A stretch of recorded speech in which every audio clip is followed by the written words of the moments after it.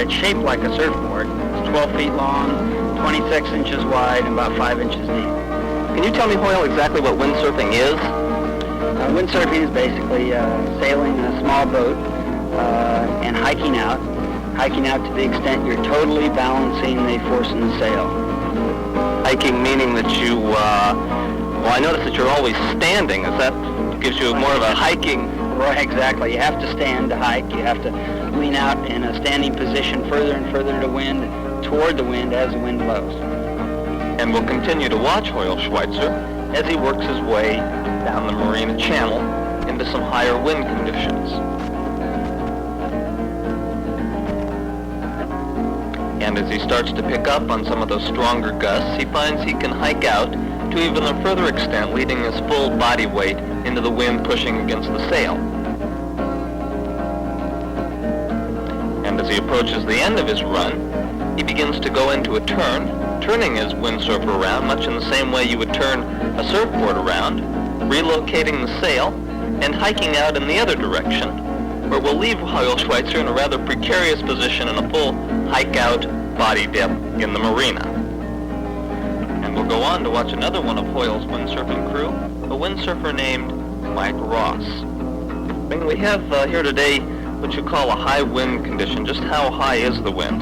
Well, the wind's not all that high. It's probably gusting to mid-20s, but it's very shifty, and I think that's adding to the difficulty. Do you think that the shifty wind condition has something to do with what is coming up here, a series of wipeouts on a windsurfer? Oh, it's partially responsible for wipeouts, and then it's a matter of making mistakes. The windsurfers they're screwing up in some way.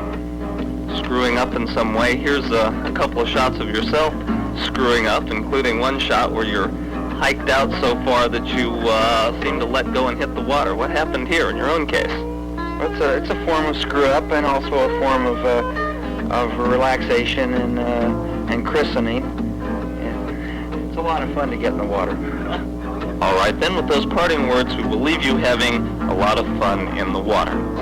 And I'm on camera here with Greg Halal, who is a local beach resident in the area. Can you tell me, Greg, the difference between riding a wave on a windsurfer and riding the wave on a larger boat like a catamaran?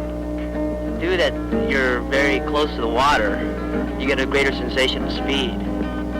Now, Greg, what is the first sensation you feel when going after a wave on a windsurfer? Are you worried about taking the drop down the face of the wave?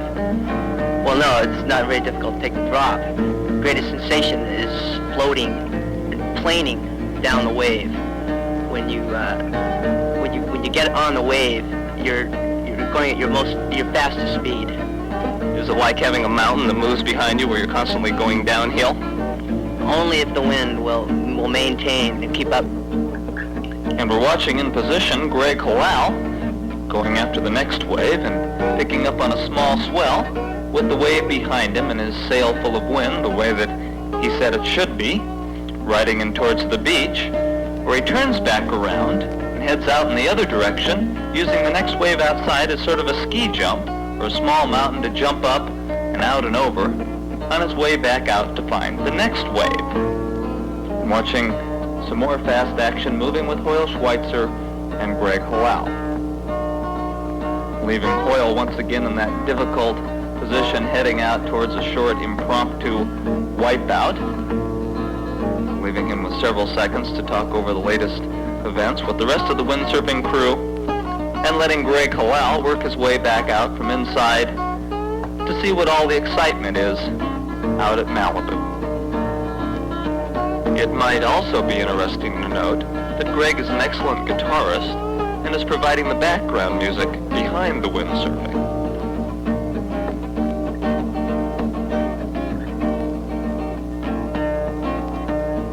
Now I'm on camera here with Dr. Alan Parducci, who is the older member of the windsurfing crew. Can you tell me, Alan, why you chose a sport as rugged as windsurfing? Well, I think it was the sense of excitement. I'm interested in the psychological sense of speed, how fast it feels like you're going, and this is what this sport offers. You just tear down the waves and you think you're just going 1,000,000 miles an hour. You don't know how fast you're going, but you know you don't want to go any faster. Now, you're also a noted professor at UCLA. Do you find that windsurfing is perhaps a way you can get away after a busy schedule of lecturing? Yeah, that's a big thing for me. I can keep the board on top of my car on my way home from school. Even if I have just an hour, I can still get it into the water, get out there, get a half an hour of fast sailing, and get back. It isn't a lot of trouble the way my other boats have been. And windsurfing certainly doesn't seem to be any trouble at all to a group of avid enthusiasts on a late afternoon. Hoyle Schweitzer, Greg Hallal, and Dr. Parducci catching the last few fading winds before the calm of early evening.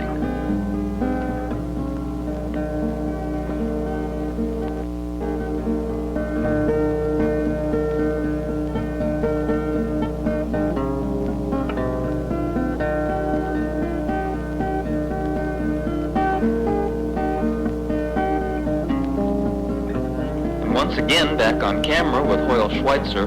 Hoyle, can you give me one really good phrase to sum up windsurfing? It's just a damn exciting sport.